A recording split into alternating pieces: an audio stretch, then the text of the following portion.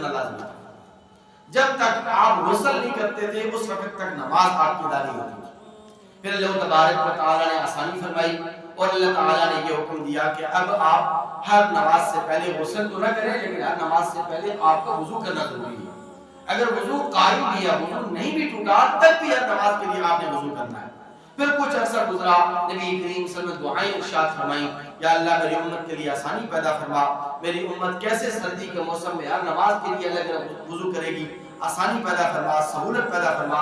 تو اللہ تبارک و تعالی مزید آسانی پیدا فرما دی اور پھر ہر نماز کے لیے وضو کو لازم اور ضروری نہیں قرار دیا گیا. ایک وضو سے آپ کئی نمازیں پڑھ سکتے ہیں جب تک آپ کا وضو نہیں ٹوٹتا, نماز میں سے وضو میں سے کوئی چیز پیش نہیں آتی تو آپ ایک وضو سے کئی نمازیں بھی پڑھ سکتے ہیں.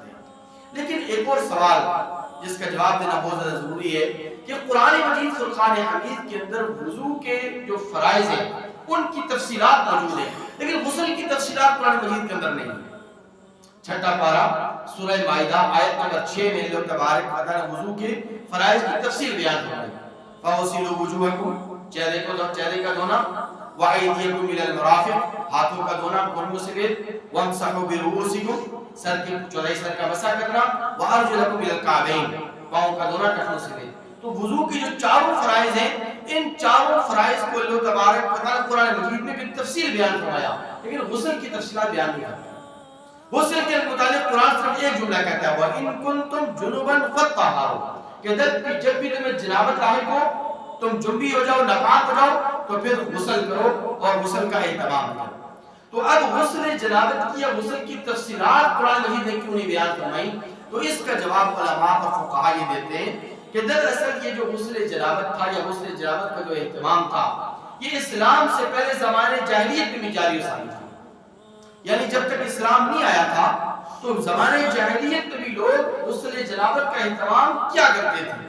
تو لوگوں کو پہلے سے غسل کا طریقہ معلوم تھا کہ غسل ضروری ہے, جنابت کی حالت میں غسل لازمی ہے, جب تک ہم جنابت کا غسل نہیں کریں گے پاک نہیں ہوں گے. تو غسل کا طریقہ پہلے سے لوگوں کو معلوم تھا اس لیے غسل کی تفصیلات قرآن مجید نے بیان نہیں فرمائی. البتہ حدیث مبارکہ میں اس کی تفصیلات ضرور ملتی ہیں کہ جب بھی کوئی شخص حالت جنابت میں ہو اور اس جنابت لاحق ہو جائے تو جب تک وہ 3 فرائض کو پورا نہ کرے اس میں غسل نہیں ہوتا.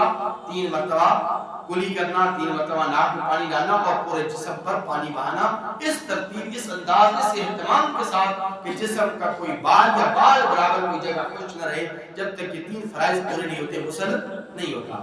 تو بہرحال یہ تو کچھ تفصیلات تھی. اب آتے ہیں اصل سوال کی طرف کہ ایک بے نمازی آدمی ہے, وہ بے نمازی آدمی اگر میت کو غسل دیتا ہے تو کیا غسل میت ادا ہو جائے گا یا نہیں ادا ہوگا, میت کو دوبارہ غسل دینا پڑے گا یا نہیں دینا پڑے گا؟ تو اس کے بارے میں فقہاء نے لکھا ہے کہ اگرچہ بے نمازی آدمی اگر میت کو غسل دے تو غسل تو ادا ہو جائے گا, لیکن رد المختار جلد 2 صفحہ 202 پر لکھا ہے کتاب الصلاۃ باب الصلاۃ الجنائز میں کہ بہتر یہ ہے, افضل یہ ہے کہ میت کو وہ شخص غسل دے کہ جو 5 وقتہ نمازی ہو. صرف جمعے کی نماز کافی نہیں, صرف عیدین کی نماز کافی نہیں ہے, 5 وقتہ نمازی ہو, دیندار ہو. جتنا زیادہ دیندار آدمی, نمازی آدمی, شریعت کا پابند آدمی, شریعت کا اہتمام کرنے والا, متبع شریعت آدمی اگر غسل دے گا میت کو تو میت کی جو بخشش ہے اس کی چانسز زیادہ بڑھ جائیں گے. لیکن بہرحال اگر بے نمازی آدمی نے میت کو غسل دے دیا تو غسل ادا ہو جائے گا, میت کو دوبارہ غسل دینے کی ضرورت نہیں.